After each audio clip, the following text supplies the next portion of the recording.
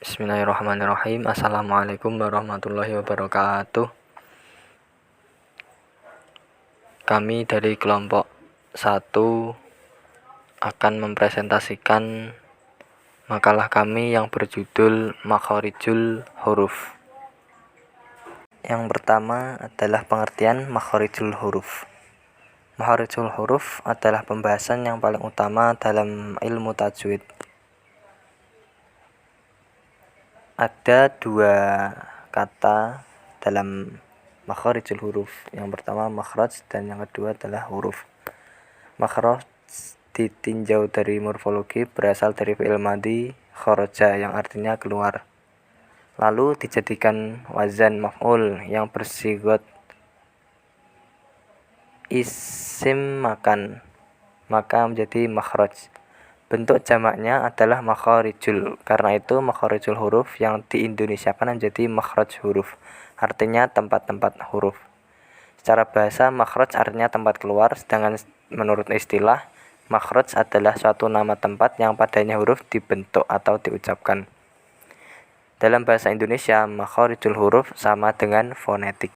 Selanjutnya pembagian makhorijul huruf.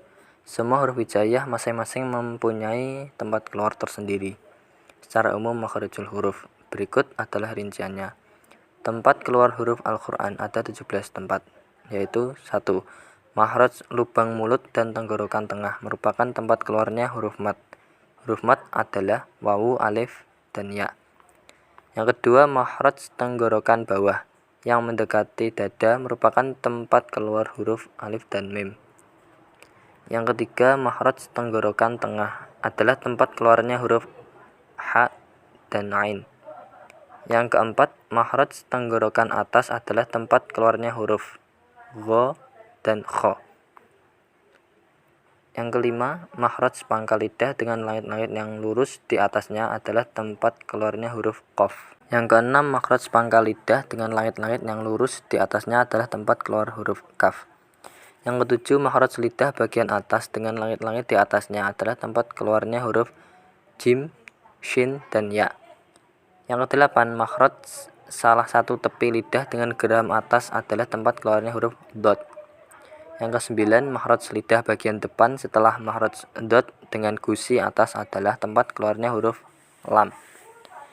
Yang kesepuluh, makhraj ujung lidah dengan gusi atas keluar sedikit dari makhraj lam adalah tempat keluarnya huruf nun. 11. Makhraj ujung lidah lebih agak ke dalam sedikit dari makhraj nun adalah tempat keluarnya huruf ra. Makhraj ujung lidah dengan pangkal dua buah gigi atas adalah tempat keluarnya huruf to, dal, dan ta.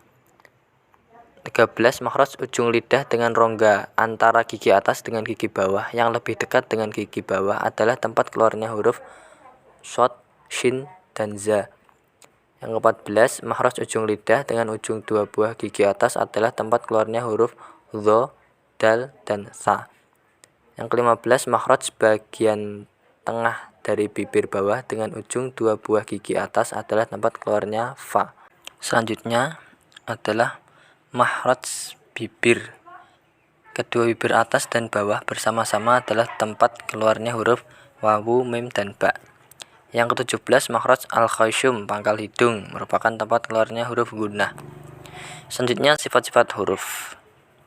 Sifat-sifat huruf disebut juga karakteristik huruf atau sesuatu yang melekat pada suatu huruf.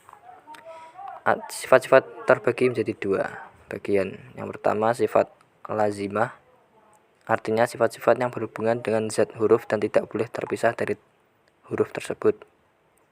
Yang kedua, sifat arizah, adalah sifat-sifat yang tidak berhubungan dengan zat huruf dan dapat dipisahkan dari huruf. Sifat-sifat huruf yang memiliki lawan.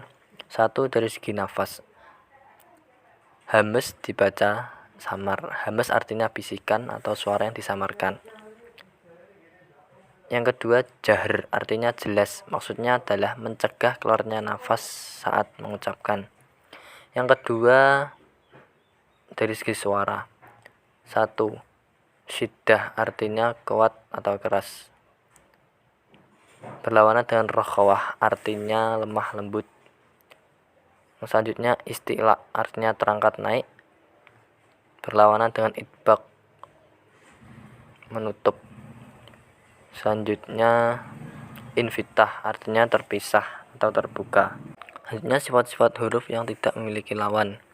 Pertama, shafir adalah ketajaman pada suara huruf muncul saat melewati ruang sempit. Yang kedua, qalqalah membuat pantulan di akhir pengucapan huruf qalqalah yang disukun. Yang ketiga, layin maksudnya adalah mengeluarkan huruf dari mulut tanpa memberatkan lisan. Yang keempat, inhiraf artinya condong atau miring, maksudnya pengucapan hurufnya miring setelah keluar dari ujung lidah. Yang kelima, takrir artinya mengulangi, maksudnya bergetar saat mengucapkan. Yang keenam, tafashi artinya menyebar, penyebaran suara saat mengucapkan huruf shin dari makhraj sehingga berbenturan dengan sisi bagian dalam gigi atas dan bawah. Yang ketujuh, istitolah artinya memanjang, maksudnya mengucapkan huruf dot hendaklah disertai memanjangnya suara dari awal sisi lidah sampai ujungnya di sebelah kiri atau kanan lidah. Yang kedelapan, gunnah adalah sifat untuk huruf nun dan mim baik berharokat atau sukun, baik nampak dengan jelas. Selanjutnya cara pengucapan huruf. Yang pertama, alif. Huruf ini tidak berharokat. Bila berharokat, ia disebut hamzah. Huruf ini keluar dari dalam tenggorokan, ia hanya muncul dalam bacaan mat. Yang kedua, ba. Huruf ini keluar dari dua bibir, yaitu dengan mengatupkan kedua bibir terlebih dahulu lalu membukanya. Yang ketiga, ta. Huruf ini keluar dari ujung lisan dan pangkal gigi atas bagian depan. Yang keempat, sa. Huruf ini keluar dari ujung lisan dan ujung gigi atas bagian depan. Yang kelima, jim. Huruf ini keluar dari tengah lisan dan langit-langit mulut yang berada tepat di atasnya. Yang keenam, ha. Huruf ini keluar dari tenggorokan bagian tengah. Yang ketujuh, kho. Huruf ini keluar dari tenggorokan bagian bawah. Yang kedelapan, dal. Huruf ini keluar dari ujung lidah dan pangkal gigi atas bagian depan. Yang kesembilan, zal. Huruf ini keluar dari ujung lisan dan ujung gigi atas bagian depan. Yang ke-10, ro. Huruf ini keluar dari ujung lisan, yaitu lisan paling depan sekaligus sedikit di belakangnya. Selanjutnya nomor 11 adalah za. Huruf ini keluar dari ujung lisan dan bersamaan dengan gigi depan bagian atas dan gigi depan bagian bawah, namun lebih dekat bagian atas dengan sedikit merenggangkan kedua rahang. Yang ke-12, sin. Huruf ini keluar dari ujung lidah dan bersamaan antara gigi bagian depan atas dan gigi bagian depan bawah dengan sedikit merenggangkan kedua bagian gigi. Yang ke-13, shin. Huruf ini keluar dari tengah lisan dan langit-langit mulut di atasnya. Yang ke-14, shod. Huruf ini keluar dari ujung lisan dan ujung gigi depan bagian bawah sekaligus bagian atas, namun lebih dekat ke gigi bagian bawah. Yang ke-15, dot. Huruf ini keluar dari pinggir lidah yang bersentuhan dengan gigi-gigi geram bagian atas. Yang ke-16, to. Huruf ini keluar dari ujung lidah dan pangkal gigi depan bagian atas. Yang ke-17, zo. Huruf ini keluar dari ujung lisan dan ujung gigi depan bagian atas. Yang ke-18, ain. Huruf ini keluar dari tenggorokan bagian tengah. Yang ke-19, gho. Ghoin.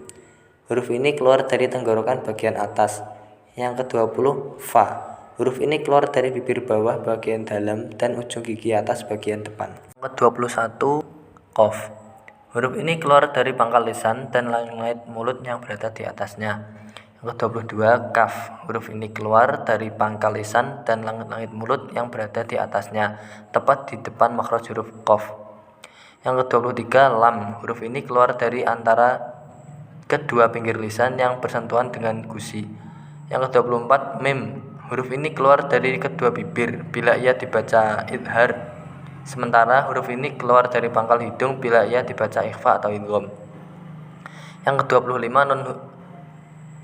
Yang ke-25, nun.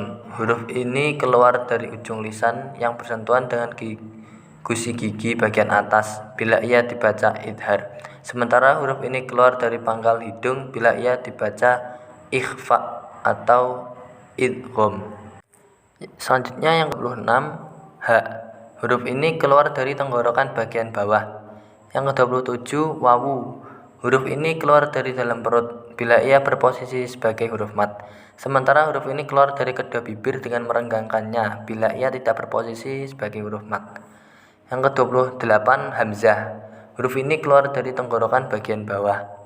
Yang ke-29, ya. Huruf ini keluar dari perut bila ia berposisi sebagai huruf mat. Sementara huruf ini keluar dari tengah lisan bila ia tidak berposisi sebagai huruf mat. Demikian tadi presentasi dari kelompok 1 mengenai makharijul huruf. Apabila ada kekurangan dan kesalahan, kami mohon maaf sebesar-besarnya. Wabillahi taufiq wal hidayah. Wassalamualaikum warahmatullahi wabarakatuh.